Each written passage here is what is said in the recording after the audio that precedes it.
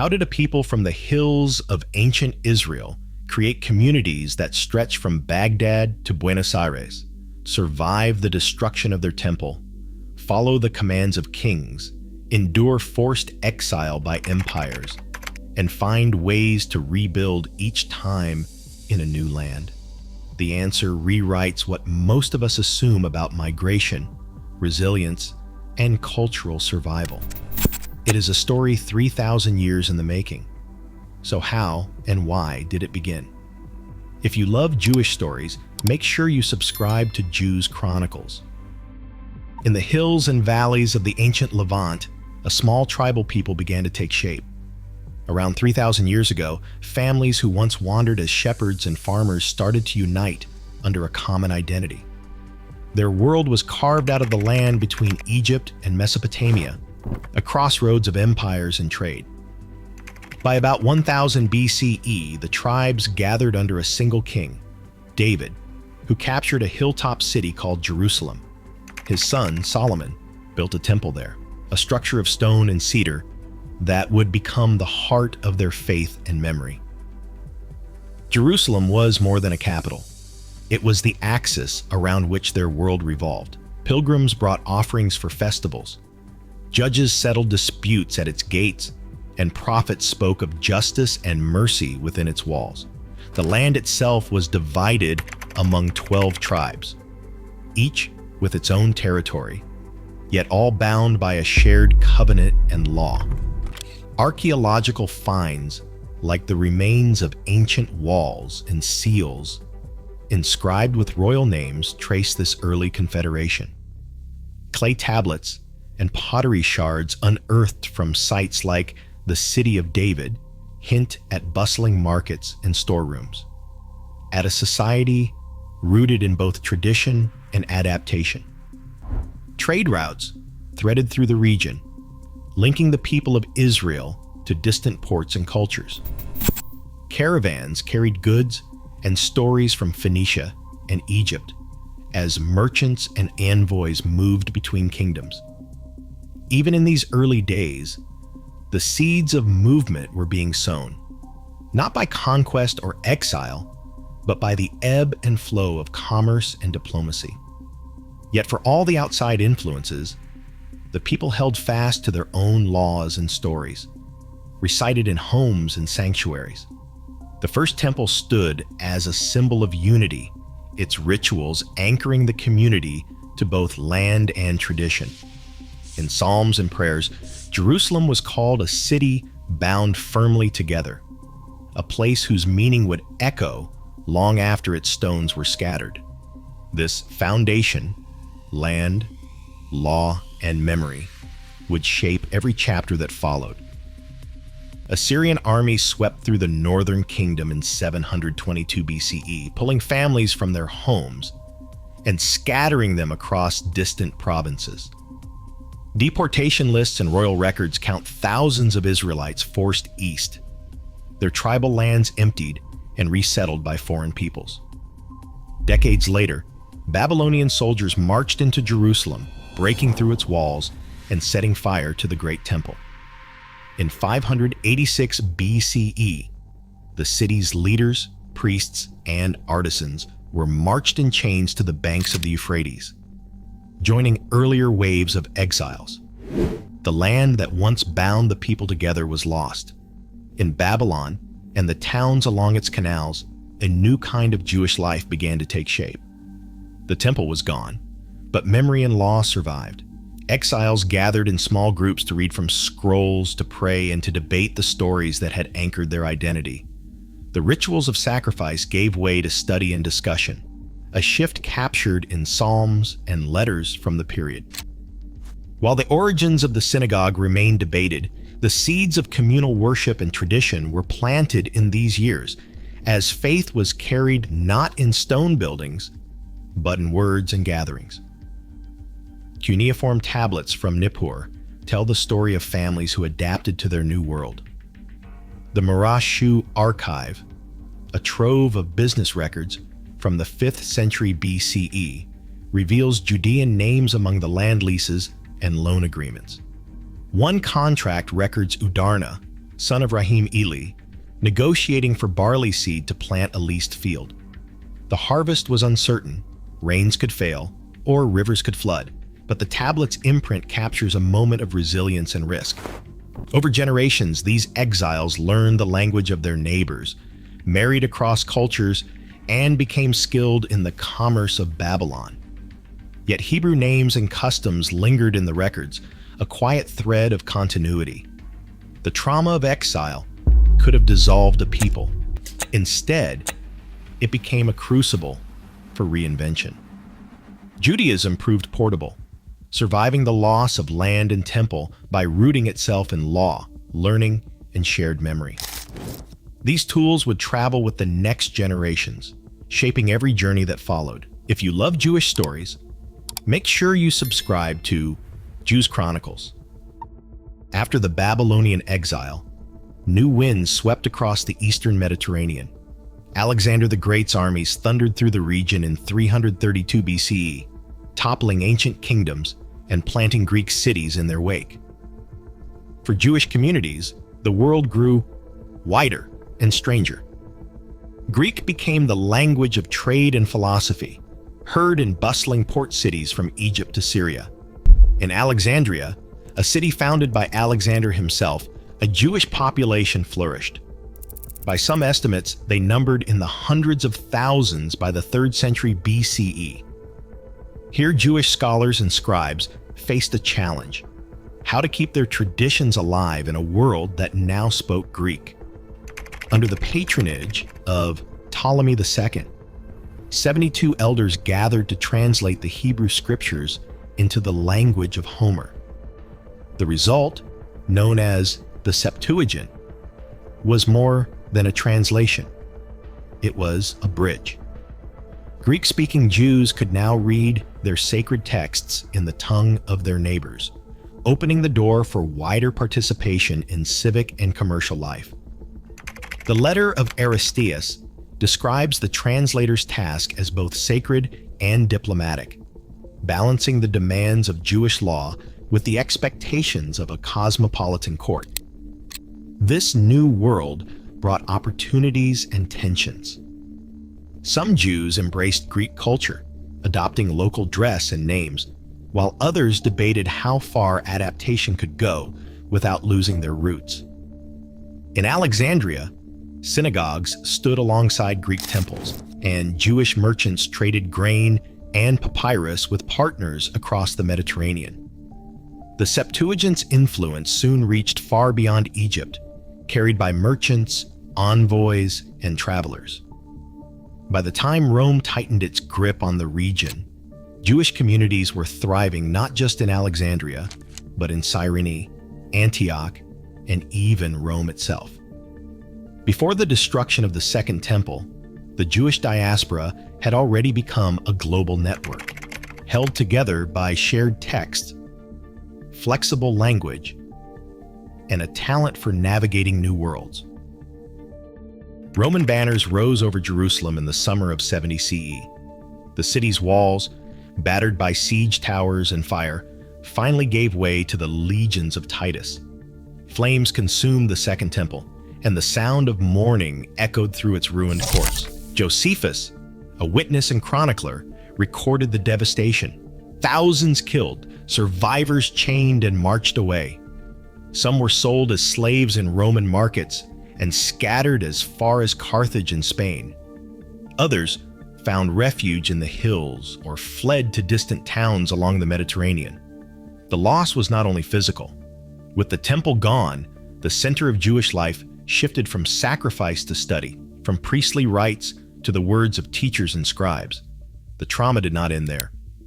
In 132 CE, rebellion flared again under the leadership of Simon Bar Kokhba. For 3 years, fighters held out against Rome, hoping to restore a sovereign homeland. Roman retribution was swift and unforgiving. By 135 CE, the revolt lay crushed. Emperor Hadrian barred Jews from Jerusalem, renaming it Aelia Capitolina, and erecting shrines to Roman gods where the temple had stood. Surviving accounts describe villages emptied, fields salted, and the population thinned by war and forced displacement. The consequences rippled far beyond Judea. Roman policy scattered Jewish survivors across the empire, from the ports of North Africa to the valleys of southern Italy and the cities of Gaul. In Alexandria, Cyrene, and Carthage, Jewish communities grew, their synagogues standing as reminders of a lost homeland. In Rome itself, inscriptions and catacombs tell of families who carried their traditions into the heart of the empire. Rabbinic letters from this period urged distant congregations to keep the Sabbath, study the law, and remember Jerusalem in their prayers. From the ashes of defeat, a new geography of Jewish life took shape. The diaspora was no longer a distant possibility. It was now the reality for most Jews. Yet even as communities adapted to new languages and customs, the memory of Jerusalem endured, woven into prayers and rituals. The story of a people once bound to a single land had become a story of many lands linked by faith, memory, and the hope of return.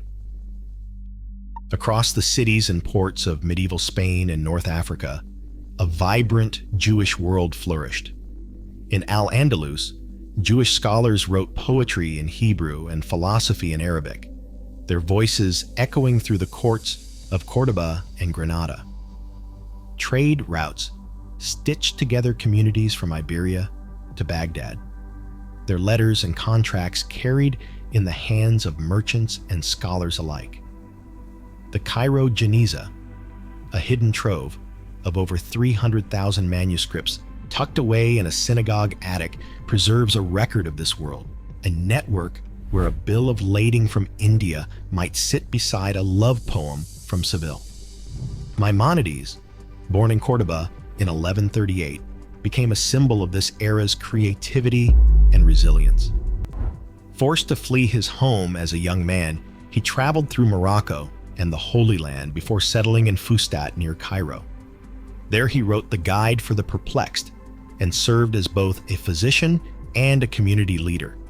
His letters reveal a life shaped by danger and loss. His brother drowned on a trading voyage, and threats of forced conversion shadowed his family's journey.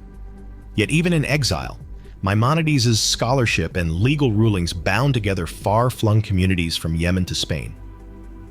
Commerce and correspondence linked Jewish families across continents.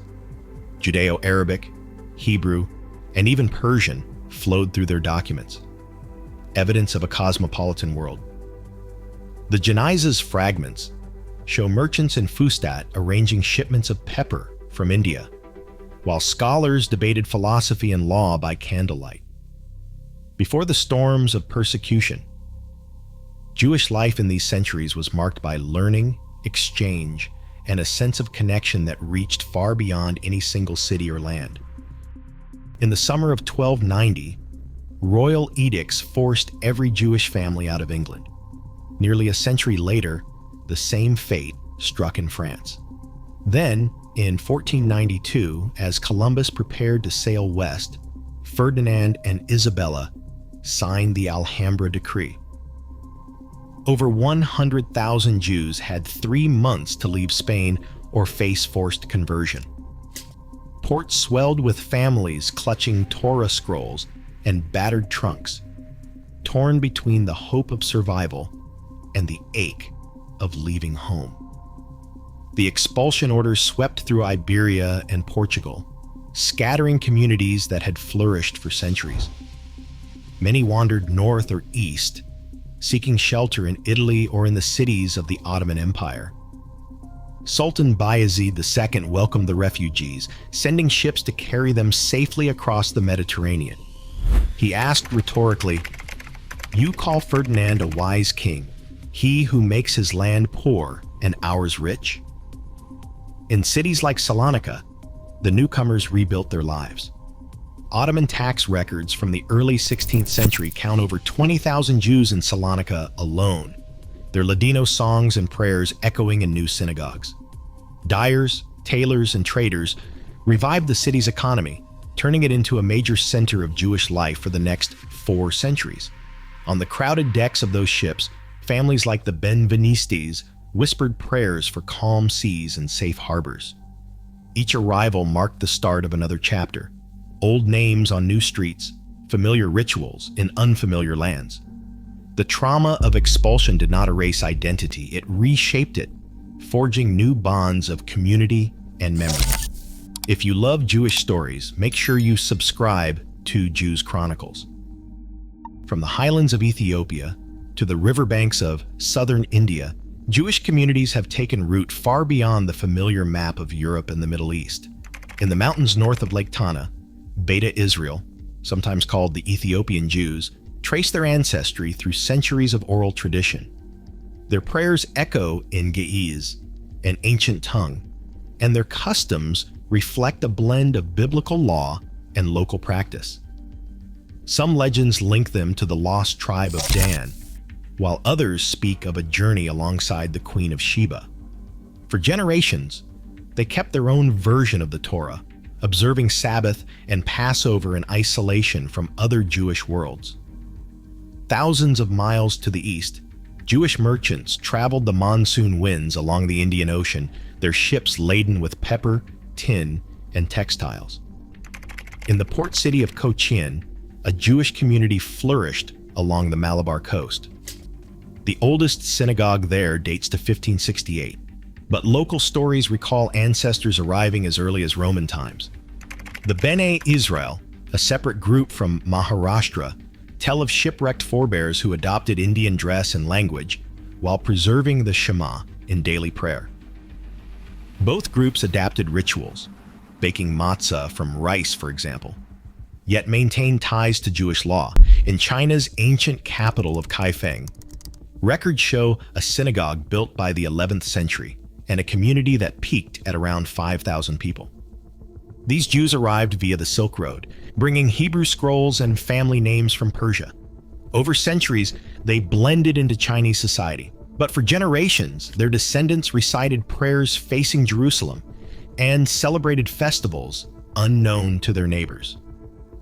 The map of the Jewish world stretched across continents, shaped not only by exile, but by trade, curiosity, and the search for new beginnings. Ships crowded with refugees crossed the Mediterranean in the late 1940s, carrying survivors of war and persecution toward a land many had only heard of in prayers. On May 14, 1948, David Ben-Gurion stood in Tel Aviv and read the Declaration of Independence, announcing the birth of the State of Israel. That single act reshaped Jewish life worldwide. Within 2 years, more than 200,000 Jews arrived, Holocaust survivors from Europe, families fleeing violence in Arab countries, and children who had never seen the land their ancestors called home. In 1950, the Knesset passed the Law of Return, granting every Jew the right to settle in Israel. Waves of migration followed. By the early 1950s, the population had doubled, straining the new state's resources, but forging a society out of dozens of languages and traditions. The story of movement didn't end there. In May 1991, as civil war threatened Ethiopia's Jewish community, Israeli planes launched a rescue mission known as Operation Solomon. Over 36 hours, 34 aircraft lifted more than 14,000 Ethiopian Jews to safety. One participant, a young woman named Almaz, later described the fear and hope packed into that night. The rush onto the plane, the prayers whispered in Amharic, and the first glimpse of a land promised for generations.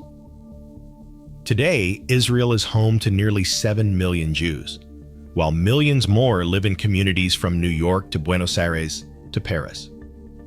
The promise of a homeland has changed the rhythm of Jewish migration, but the ties between Israel and the diaspora remain strong, woven through shared history and the memories of every journey. Today, Jewish communities number over 15 million worldwide, linked by shared memory and living tradition. In an era of rising anti-Semitism and unprecedented connectivity, their global presence is more than a legacy. It is a testament to endurance and renewal. History shows identity can outlast displacement. The map keeps changing, but the story endures. If these journeys move you, join the conversation below.